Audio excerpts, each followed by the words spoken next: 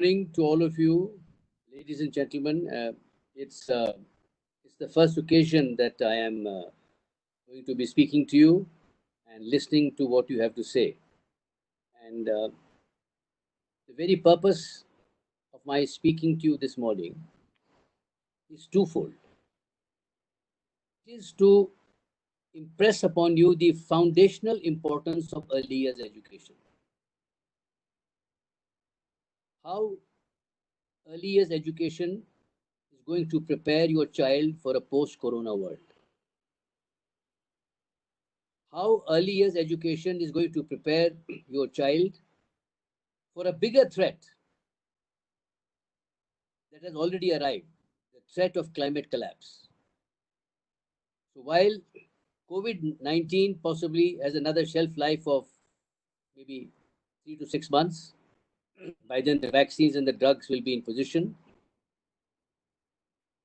Climate collapse, if the temperatures of the world go up to 2 degrees Celsius, it may take us 100 years to reverse the situation. It is not only we, but your great grandchildren, your children and your great grandchildren will have to deal with this threat. And unless the foundation of the child, which is the early years education, is solid, they will find it extremely difficult and they have to struggle with all sorts of complexities. Second aspect of my presentation before the first one, because I'm sure this is a question on everybody's mind and everybody's lips over here, is that when is the new school going to come up? I'm very happy to tell you that construction has started. It got delayed because of coronavirus, and a lot of migrant labor has gone away. But with a lot of ingenuity at Altum, it will be possible for us now to start the new school as planned on the 1st of June 2021. I would like Dhaval maybe next week to take some drone shots, drone videos to show the parents, show the teachers as that construction is in full swing. We will also have a model of the new school to be placed in the ILC here, so that new parents and even the old parents, when they come, they can have a very detailed look as to how the school is going to look. Coming back to the first one, early years is undoubtedly, under normal circumstances, it is foundational. But it is more foundational in a post-corona world, because aspects of early years education have not been taken seriously the world over. Definitely in India, it has not been taken seriously. I will go to the extent of saying that the money we pay for 11th and 12th is the money we should be paying for early years. It is so critical. If this education is not complete, your child has missed the bus. It is foundational because children up to the age of 5 have distinct advantages over adults. But because of the environment in which they are brought up, it starts to fade away. The children are more altruistic, want to give to people. They want to give their toys, they want to give their food, they want to give their love. They're altruistic, and therefore they are more empathetic. They are more ethical than adults. Linear manner. We adults think in a linear manner. And that is why our Indian education system is such that we are not innovative at all. Last 73 years, there's been not one life-altering innovation from India. It is the Indians who go abroad and get Nobel laureates. They do the thing, they do the innovation, or they become CEOs of trillion-dollar companies. because their nurturing is different over there. So we have that capability in us. And fifthly is 50% of human beings' brain develops by the age of 5 and 100% by the age of 25. So if this phase of brain development is not addressed correctly, the situation becomes irreversible. And I wanted to therefore emphasize that education is foundational. It is also foundational because children, particularly, and even adults like you and me, are genetically wired to be attracted towards nature because it is a part of our genes. We are born in nature. We depend on nature, our air, our oxygen, our fire, our water, our food is all from nature. A child cannot be disconnected from nature.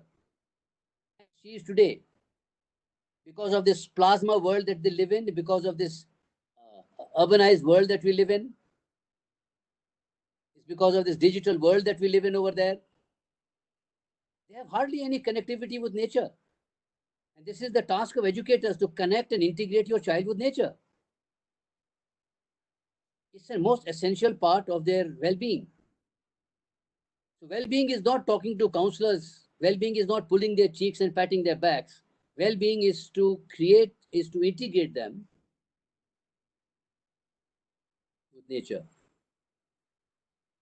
Nature is the alpha and omega of life for you and for the children.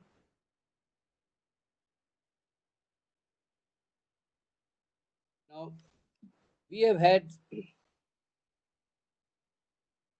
some very good insights as a result of online programs that we are running right from early years 12.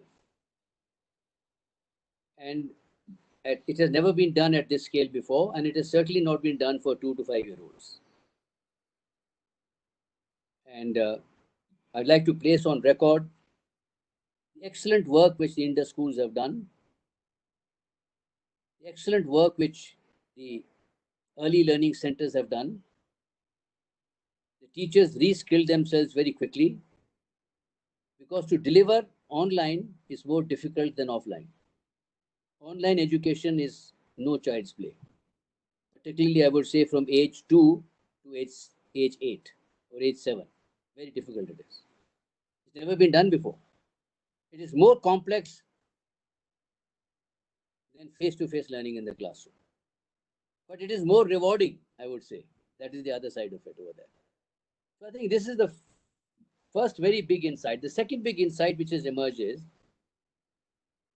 that online training is not a substitute. So let's not think that online training, once normalcy comes and the vaccines comes, we are back to normal. No, sir, no, madam, that will not going to happen. The message is very clear. Online is an alternative form of education. Like offline education has got drawbacks, online also has got some drawbacks. And therefore, the future is going to be blended. Offline, online. What will be the percentage and how will it be done will depend on, it will be age appropriate. It will be subject appropriate. But blended learning has come to stay. It is the future of education. So even when so-called normalcy comes, blended learning will be there. Because blended learning develops, the online education develops the right side of the brain, the creative and innovative side. Offline develops the left side of the brain, that is develop the head. So let me put it that way. Offline develops the head, with some odd exceptions, and online develops the heart and the mind. And the biggest shift that has taken place in the world, which started 20 years back, but nobody took it seriously, is the shift is from education of the head to education of the heart and the mind and not the head alone. Content is not that important as it used to be. Competencies for innovation and creativity are more important. The other big, which I would like you to think about, is that there is no advisory or yardstick for screen time for 2 to 5 year olds or for 6 to 18 year olds. The only advisory we have is from the World Health Organization and the American Academy of Pediatricians, and that is for normal conditions for extended periods. But the jury is still not out on what should be the screen time under truncated conditions, under conditions which are extreme and for a temporary period.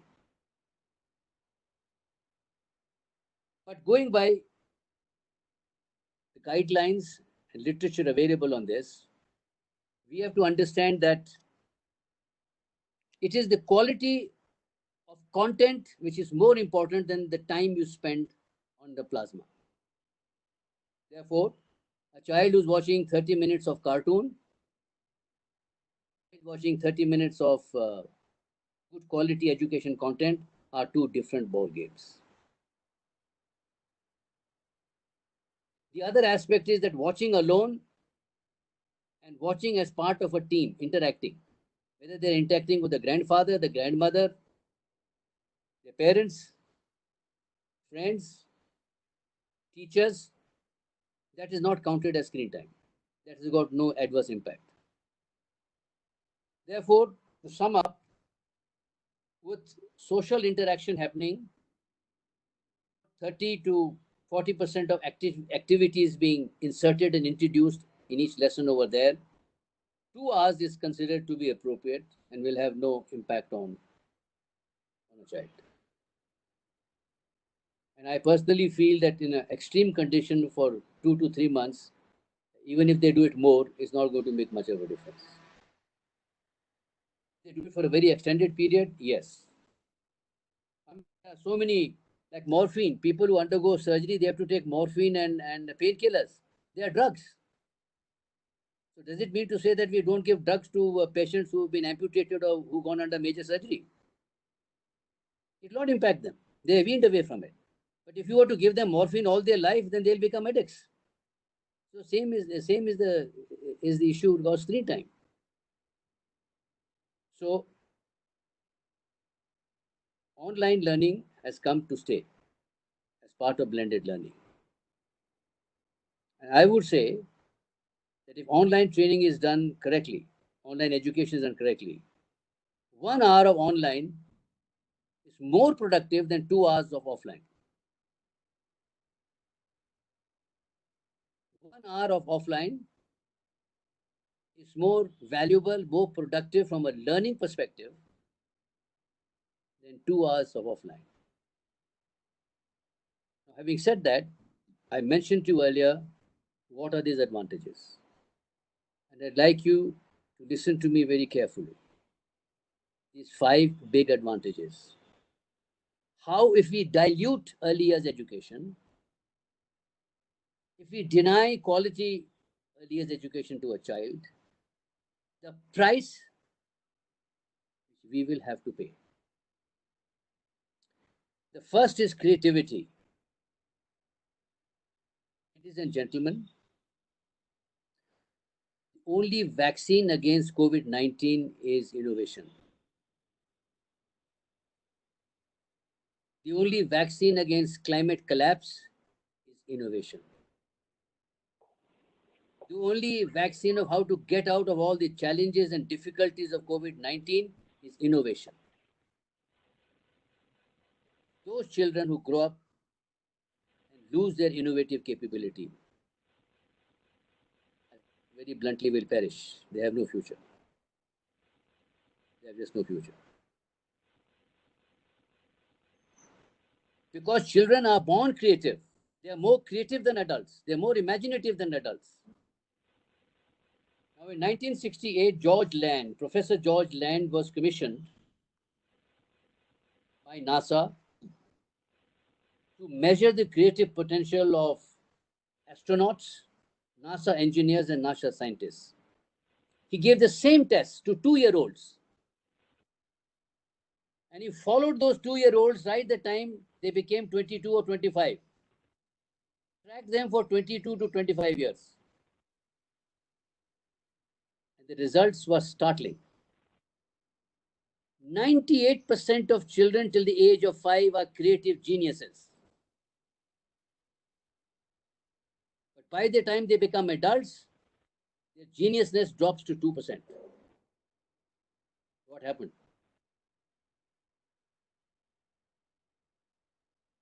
A, they received the wrong education. B, the social environment in which they work did not encourage them to be innovative. Or possibly there was no reason for them to be innovative. They lived off the wealth of their parents, grandparents, and family wealth.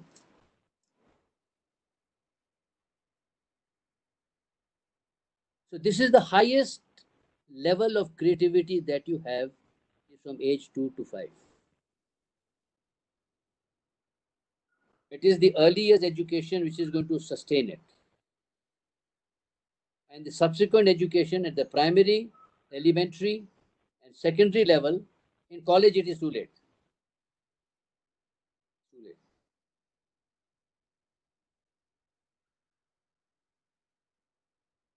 We were in Israel in January this year. And Israel, as you know, is a startup nation.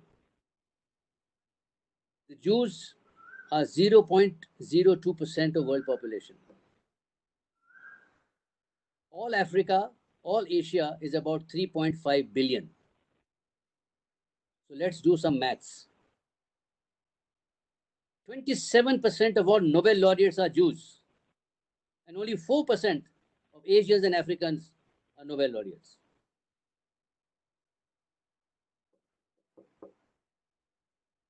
And except for odd exceptions, most of these Nobel laureates became Nobel laureates when they went and lived in America or England or France or Germany, wherever.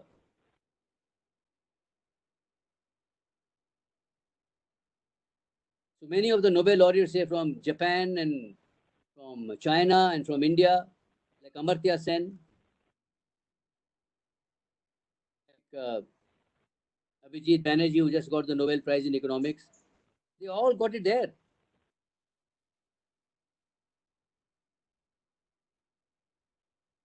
%27 Jews. So what is it? Why are they? It's not that their genes are better than us, or better than the Chinese, or the better than the African. It is all education. That's all. Not only education, but the environment in which you nurture the imagination and arouse the curiosity and inquisitiveness of the child. That is more important. Israelis, you look at the play field which we have made at our early learning center in Belgaum. When we spoke about this to the Israelis, they laughed at us. They say, "What are you doing? Come and see our play field, play for the children." In all cartons, preschools, and daycare centers, children play in junkyards. Broken cars, toys, refrigerator, microwave, bicycles, motorbikes, cars, furniture. What a junk to be thrown away.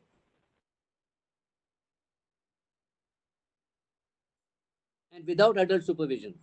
There is no Amma Didi over there. There is no sawdust over there. So when our darling kid falls off, she has a soft landing. There's no such thing over there. And the children have the freedom to explore and innovate. They work as teams.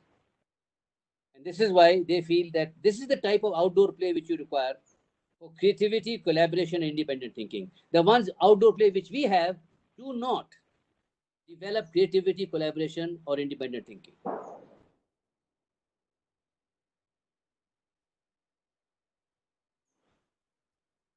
The second thing is moral imagination. Children have a sense of right and wrong, which adults don't have. And they're more ethical.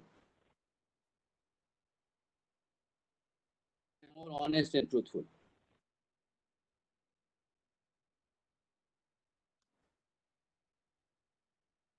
They may not understand what a code of conduct is, but genetically they know what is right and what is wrong.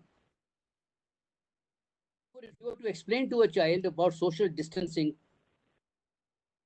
in a very age appropriate way, that child will be more serious about social distancing than adults like you and me. We underestimate their ethical abilities. They are more altruistic. They give up something which they need. Could be toys, could be their food, could be their clothes, could be their love. They give it freely. We always think of return on investment. So when we give something to somebody, we are always thinking as adults कि भाई हमें इसके लू में क्या मिलेगा. The person you are speaking with has put your call on hold. Please stay on the line. ನೀವು ಮಾತನಾಡುತ್ತಿರುವ ವ್ಯಕ್ತಿಯು ನಿಮ್ಮ ಹೋಲ್ನಲ್ಲಿ. Children 2 to 5 are more human than us. They are philosophical babies. Do you realize, I don't know if you are aware of the fact, that innovation starts with a higher purpose. No amount of design thinking exercises is going to make a person creative or innovative. And the Jews start this exercise from age 3 onwards. What we call is tikkun olam. And this exercise between parent and teachers work with the child from age 3 onwards कि बेटे जब तुम अभी तुम क्या कर सकते हो, जब बड़े हो गए तुम क्या कर सकते हो. Whatever it is, whether it is looking after ants and butterflies or looking after water or whatever it is, this purpose starts at age 3 because the child is more philosophical than adults. The child has a philosophical mind. They are scientists in the crib and they are philosophical babies. This is what science is telling us. It's not what Arjun Ray is saying, it is what science is saying to us.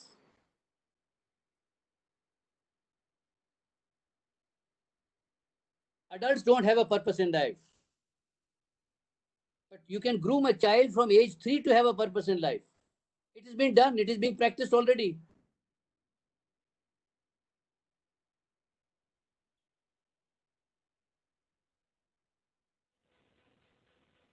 Is brain development. 100% brain develops by age of 25. That is when the prefrontal cortex, the left side of the brain, 90% is over by age of 5. Implications of a developed brain. The implications of a developed brain are the ability of the child to have a plastic brain forever, as long as learning is correct. Therefore, ability of the brain to change with learning is called neuroplasticity. Therefore, people even earlier on, we thought that by 30 or 35, the brain stops developing. But now the brain is plastic. Our neuronal connections can reconnect. Our synaptic connections can be even stronger with the right type of learning. And therefore, we can continue to learn and be innovative into our 90s. It decides to dump the knowledge in a rectum because it can't hold it all by itself. It usually takes about 6 hours for what's left of your food. Not much. Maybe could you please mute that mic? I think it's caller in use of call. Somebody has got her phone on or his phone on and the news is coming on that. I can see that. Please mute your mic, Priyanka.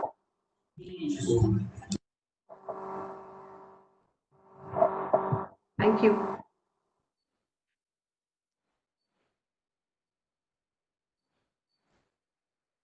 Last year, I think it was biology. The man who got the Nobel Prize was 92 years old. 92 years old. It has no impact. So when you say that, look at this man, look at this woman, even at this age, they are so innovative and this and that, and they are now in their supposedly last phase of life, it is because their brain is plastic. They can quickly mold it to any shape. And the second is what is called epigenesis. Products of nature and nurture.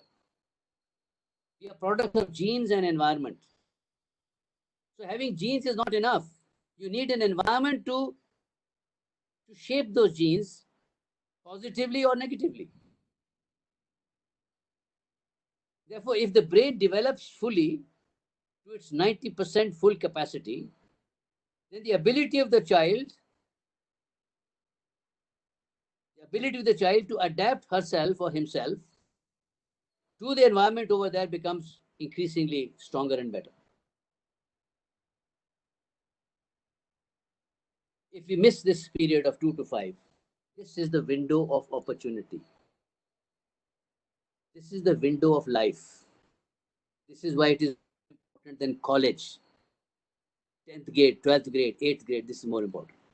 वो तो हम कर सकते हैं बाद में. If this is strong, the rest of the thing will be taken care of. And the last is non-linear thinking, and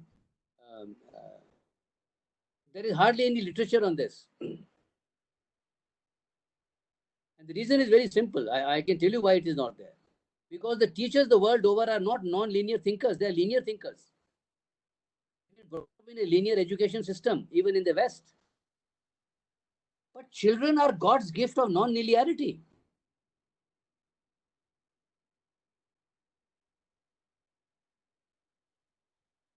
Non-linear thinking is the opposite of logical thinking or linear thinking.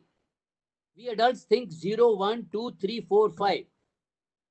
Non-linear think 0, 1, 10, 100, 1,000, 10,000, million, 10 million, trillion.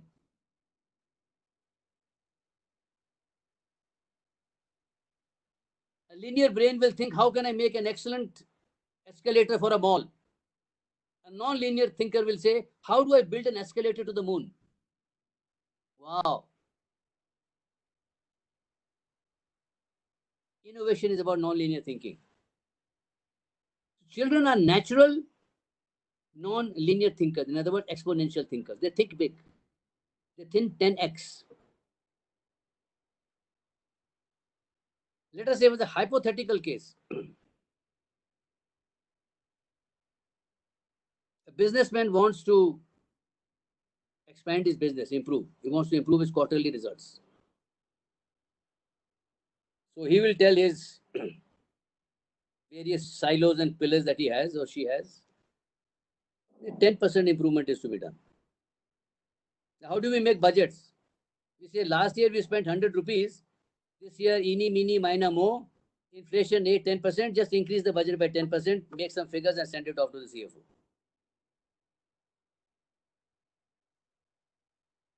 How does a non-linear think? A non-linear thinking is saying that if our profits were 100 rupees last year, it will be now 10 times better. It will be 1,000 rupees now. He will upscale it to 100%. Or he will say that let us do something different.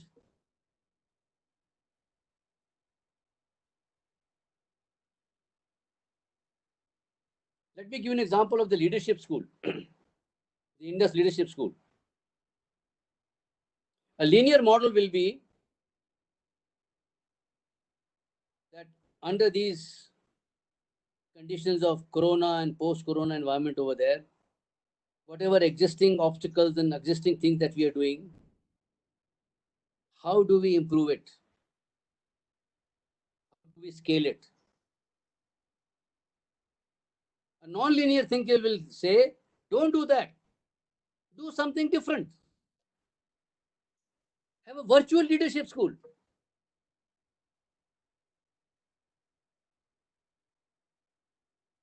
Therefore, early years education aims at developing what is called an exponential mind.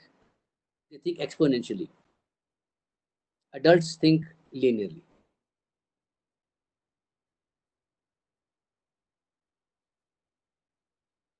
So as a result of these foundational aspects, three things will happen in all Indus and Altum Early Learning Centers.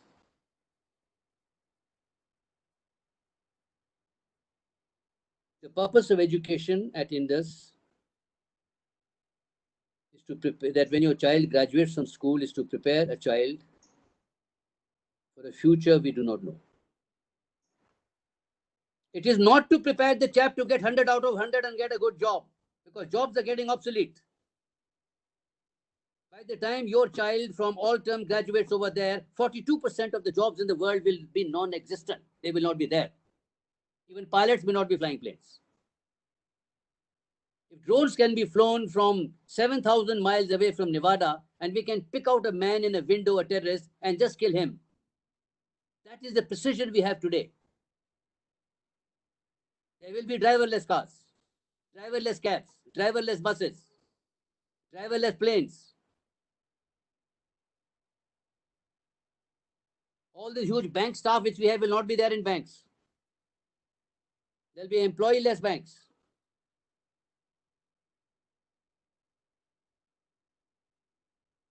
But what is not going to change are the innovative competencies of a child.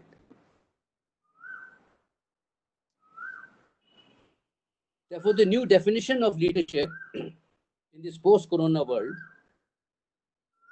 is, I would say, entrepreneurship, to have an entrepreneurial mind. Ladies and gentlemen, all entrepreneurs are leaders. But very, very few leaders are entrepreneurs. Leaders are more involved in titles and positions. कि मुझे title दे दो, मुझे position दे दो. Entrepreneurs are not worried about that. They are worried about innovation, how they can make a change in society. How they can make a product which is going to meet the customer's requirement.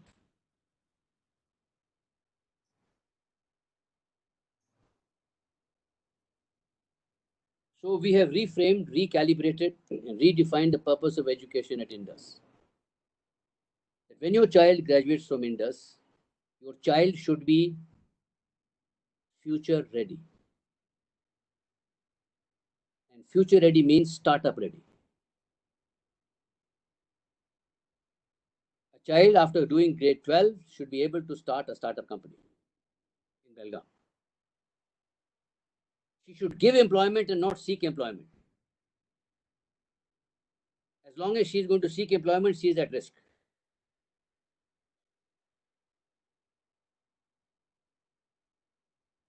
Therefore, we are going to begin this journey at the Early Learning Center.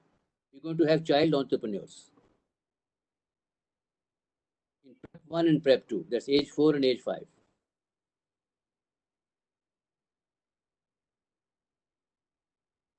They're not going to be business entrepreneurs, they'll be social entrepreneurs to make a difference in the world. So their tikkun olam or their higher purpose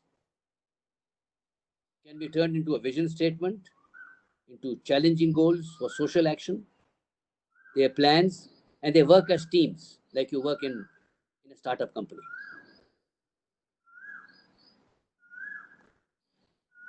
And at the higher middle school and senior level, we are starting a startup school from the next academic session in Bangalore. And then we transport that to Hyderabad, Pune, and Belgaum.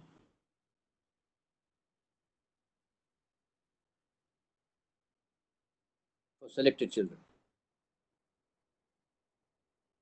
Now, this social entrepreneurship at Prep 1 and Prep 2 could be the higher purpose, could be any aspect of climate change, it could be about the environment, it could be about the nature, it could be about endangered species, it could be about butterflies, it could be about insects, it could be about cats, dogs, monkeys, whatever it is. It's irrelevant. What is relevant is that they have a vision. Ladies and gentlemen, everything in the world will change constantly. The only thing does not change is your vision. And vision is the only gift a mother and a father and a teacher can give to a child, nothing else.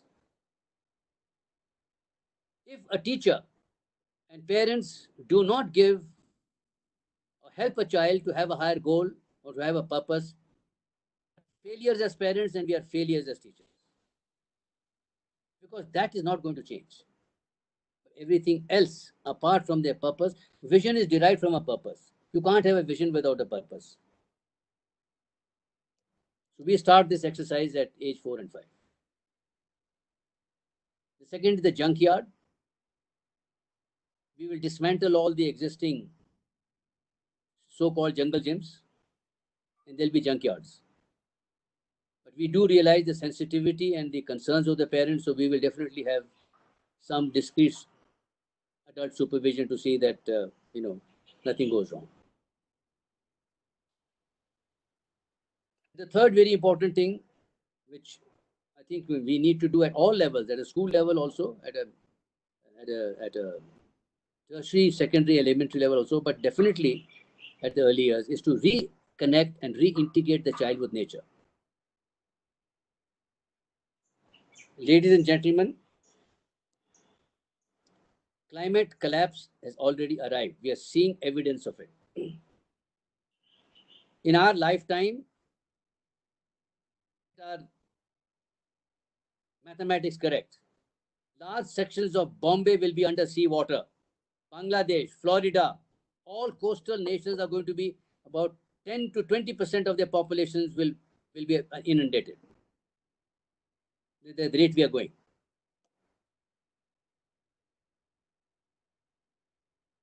We have to prepare children to respect Mother Nature. We are disconnected right now. We are over-connected with our plasma equipment, our devices,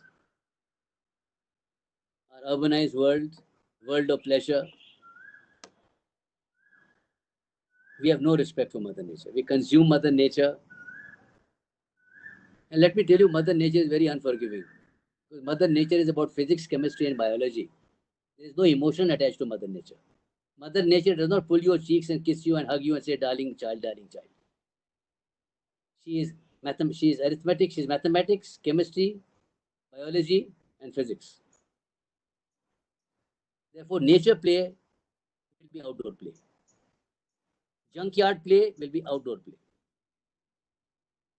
Outdoor exploration. And Belgaum has got so much of nature around. So much of nature around. You just have to drive, I would say, 20 minutes in any direction from Belgaum and you are in nature. This is a new classroom for the kid.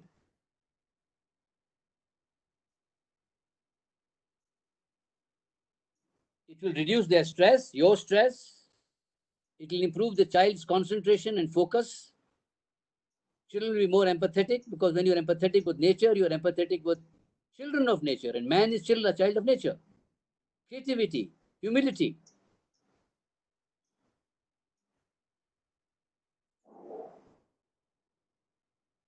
I'm aware of the fact that many of us, or most of us, are very, very concerned about what is happening in the world today, in this pandemic. I would like you to look at this from a different perspective, from a different lens, from a different pair of spectacles. COVID-19 is the greatest gift God has given to humanity. We were asleep. We were in the state of somnambulist. This is a wake-up call. This is a dress rehearsal. This is a mock-up examination to get ready for climate collapse. It is a crucible experience, life-altering experience. And what we have been saying for the last so many years, from the time the fourth industrial revolution started, actually picked up momentum in 2000. From the rooftops, innovate karo, nobody took it seriously. COVID-19 is a disruptor. It is a reminder. It is a steroid. It is a steroid that is forcing us, telling us, listen, if you're not going to be innovative, you have no future. Not only you, everybody who's dependent on you has got no future. So whether it's future of business, It is future of life, future of work, future of profession. So it's a wake-up call. We didn't take it seriously. There is still time. Because we are genetically innovative. Of course, since we are out of practice, those people who don't exercise, and suddenly you go to the gym, you can't expect overnight results. It will take you time to develop your muscles. So your creative muscles will also take a little time, but a beginning has to be made.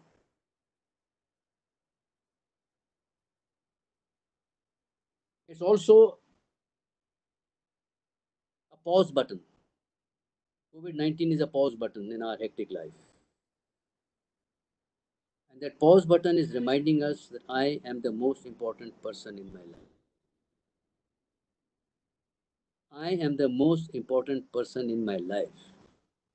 It's when I change that the world around me will change. I am the most important person in this life because I am empowered. I am responsible for my destiny.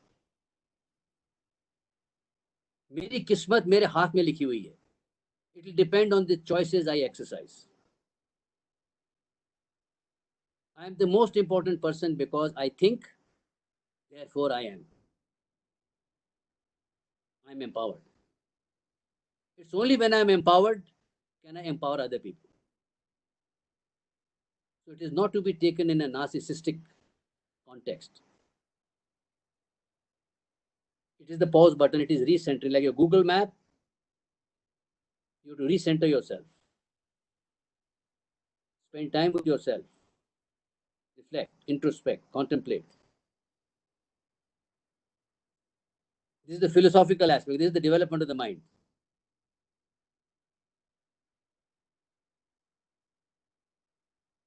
This will pass. This is temporary.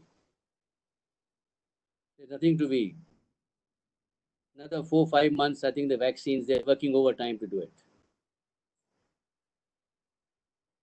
And what is more important now for our parents and for our children, that we have to go at great lengths to build up their psychological immunity against the toxic effects of isolation, of quarantine, of lockdown, of the fear of the contagion coming back, fear of the future, fear of my loss of my business, my job, uncertainty. We also need to build our antibodies, our cognitive antibodies, cognitive immunity against fake news. 70% of what is there today on your WhatsApp is all fake news. How do you distinguish between real news and fake news?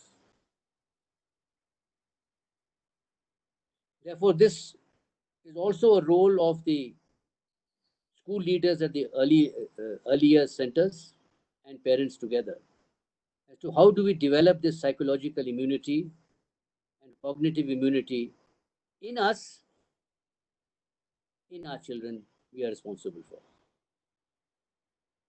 If I had time, I would have spoken at great lengths at what can be done.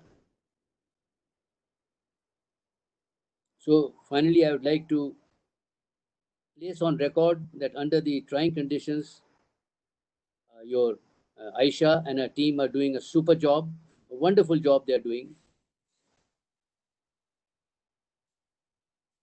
to substantiate the foundational capacity of your child.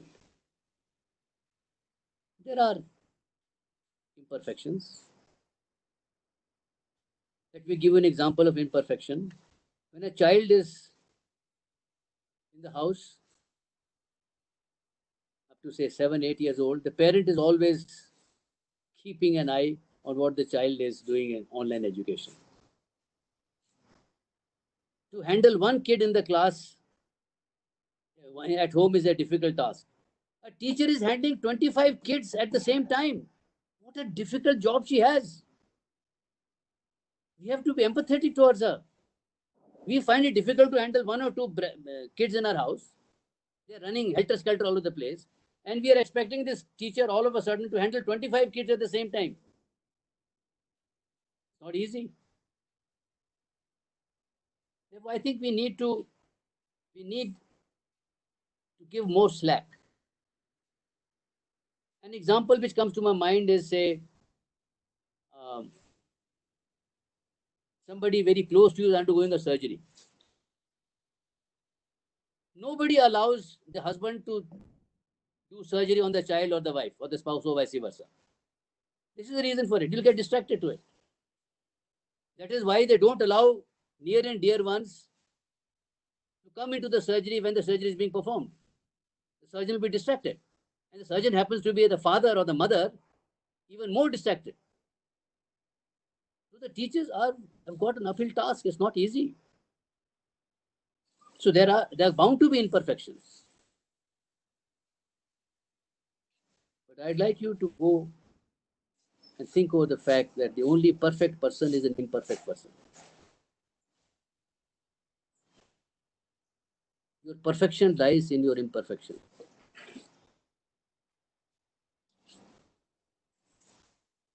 And therefore, when a man says, I do not know, that is the beginning of knowledge. So again, I'd like to place on record our deep gratitude to Aisha and her team for the great job that they have done, and they're continuing to do that against difficult odds. And I have no doubt in my mind that they will give their best and nothing but their best to ensure that your children have all the aptitudes, capabilities, and potential which God and genes have given to them at the moment. If you have any questions, I know there's one question which was brought to my notice about 3 children who are passing out. They can join Indus Hyderabad grade 1 immediately. I've spoken to Nuvera. Nuvera, you are there?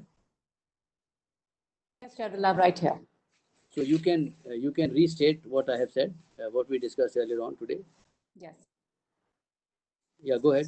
Yeah, so Ms. Aisha had said that we've got 3 children who are graduating from PT2.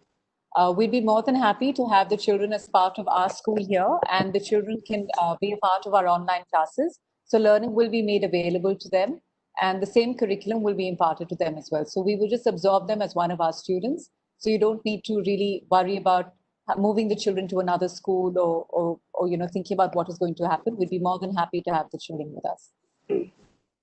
I can speak to you all separately, and if you have any concerns, I can address them one-on-one. So there's no problem. So that is sorted out. So they will not lose a year or anything like that. And possibly instead of a drone going up, Dhawal, you could put your request your parents in their cars to come and to the site there, have a little picnic over there and let them see what is happening. And they can be briefed on site as to what is happening and what is the progress and how soon we're going to be ready. Dhawal? Sure, sir. Yes, sure, sir. Yeah, that's the best thing. I mean, seeing is believing, isn't it? Drones can also, we can say that drones did not fly over the right pathways over there. Just take them there, show it to them. Just drive over on a weekend or a Sunday over there, and they can have a look at the whole thing there. Okay, sir. So, Definitely. ladies and gentlemen, any questions you have, any suggestions you have, I'll be delighted to listen to them.